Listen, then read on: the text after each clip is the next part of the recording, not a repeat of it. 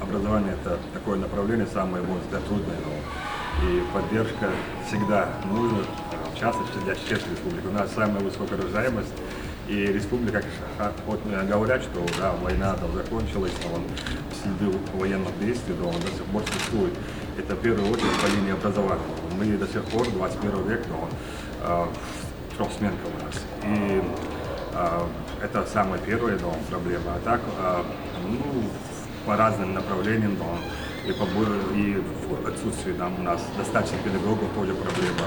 И есть проблемы, дома, которые можно решить с помощью федерального центра, а так у нас новый министр, и вы все знаете Идриса Аксаевича, его республики все знают, но он очень требовательный, и я думаю, что благодаря и Министерству образования, Чеченской Республики, и образованию России, изменением ситуации, и наши дети будут получать достойное образование. Мы совместно с Сергеем Сергеевичем, вот, когда вопрос стоял по ЕГЭ, все были против, и мы с нашей республики начали, я сдам ЕГЭ, это мы совместный проект был, и благодаря этому проекту у нас, как Сергей сказал, количество, которые не смогли сдавать ЕГЭ, стало меньше. И ребята там, с гордостью, с патриотизмом подошли к этому вопросу.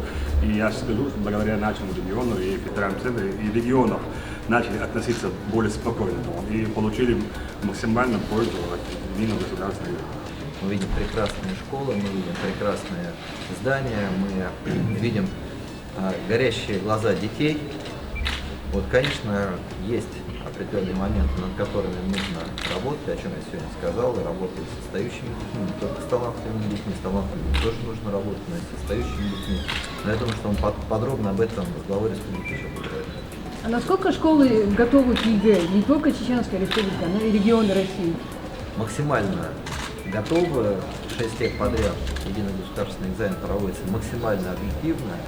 Мы не делаем каких-то организационных выводов, и об этом говорим главам в отношении директоров школ. Если низкие результаты, мы наоборот организуем поддержку. В частности, по инициативе главы республики был проведен акция «Я сдам ЕГЭ», и очень сильно повысились результаты, не увеличилось количество высокобальников и 100-бальников, хотя в Чеченской Республике в прошлом году появилась 100-бальница.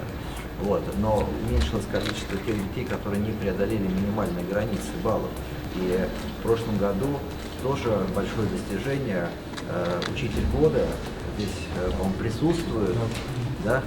Мы вас тоже еще раз поздравляем. Это тоже большая, мы видим, большая была проведена работа, это тоже большая заслуга.